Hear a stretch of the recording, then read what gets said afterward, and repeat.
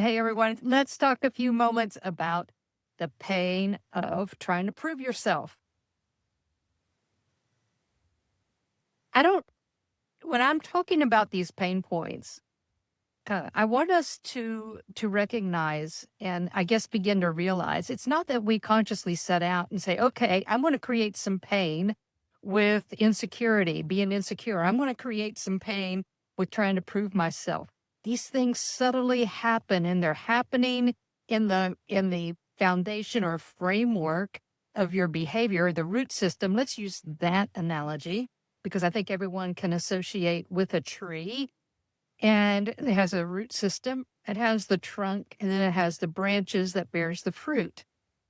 And we're not always aware of what is going on underneath the ground, our root system. So when we talk about the pain of trying to prove ourselves, I want us to pause for a minute and just be reflective. I'm going to invite you just to reflect upon your behavior. See if you can identify where you are putting a lot of pressure on yourself to prove that you're okay, to prove that you're a hard worker, to prove that you're a good son or daughter, husband or wife, friend, to prove that you can reach a goal that you said you were going to set.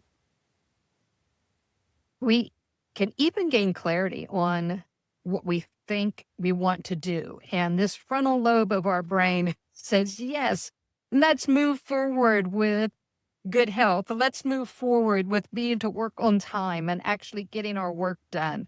Let's do these things and you feel good and you feel energetic and you have this level of confidence. And then what happens?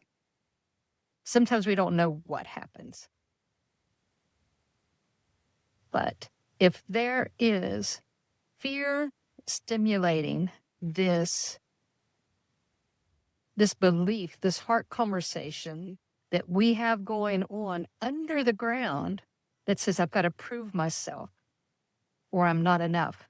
I've got to prove myself or my goodness, now I'm going to feel a lot of shame. If that is going on under the ground, you're going to feel driven. You're going to feel up and down with your confidence level. You're going to feel like you're never enough.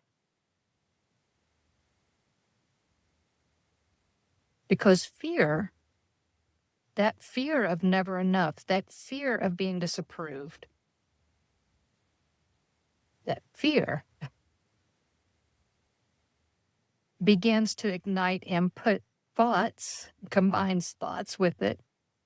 And then we start having this feeling, even though we may not give voice to it, we have this feeling like I've got to prove myself. And I want to say, says who? Too often, even in our church circles, people are trying to prove themselves to God. Like God is asking them to prove themselves. No, he wants to transform the heart. He wants to give you a lot of freedom in your everyday life, as well as you're growing spiritually, you're growing personally and emotionally. And there's freedom. There's freedom in simply letting go and growing.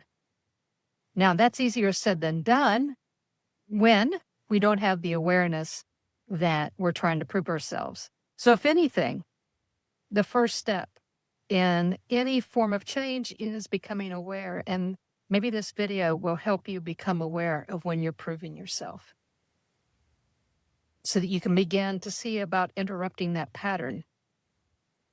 Take a note, kind of reflect, observe, step back.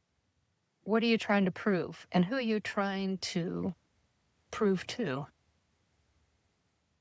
At HigherWayU, we have this statement, I like to call it our mantra of our university here, that says, I have nothing to prove and everything to become. I'm going to say that again.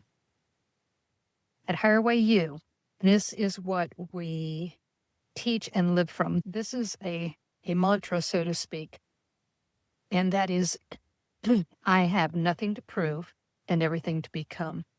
So we're not saying, hey, I am what I am, I don't care. It's not that. Saying that we have everything to become is a given that we desire to grow, that we desire to be healthier emotionally, mentally, personally, that we desire to allow God to expand our heart and teach us how to see through his eyes and hear through his ears and breathe with his heart and mind. So it's not that we're just letting go in the way of passivity. When we really know that we have so much to grow in, there's just nothing to prove anymore. So we let go and we can rest in that. We can rest in our worth and value. We can rest.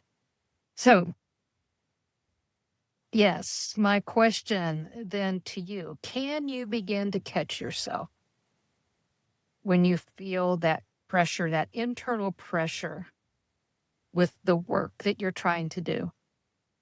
Have a beautiful day, everyone, and I will catch you tomorrow with another pain point. Bye-bye.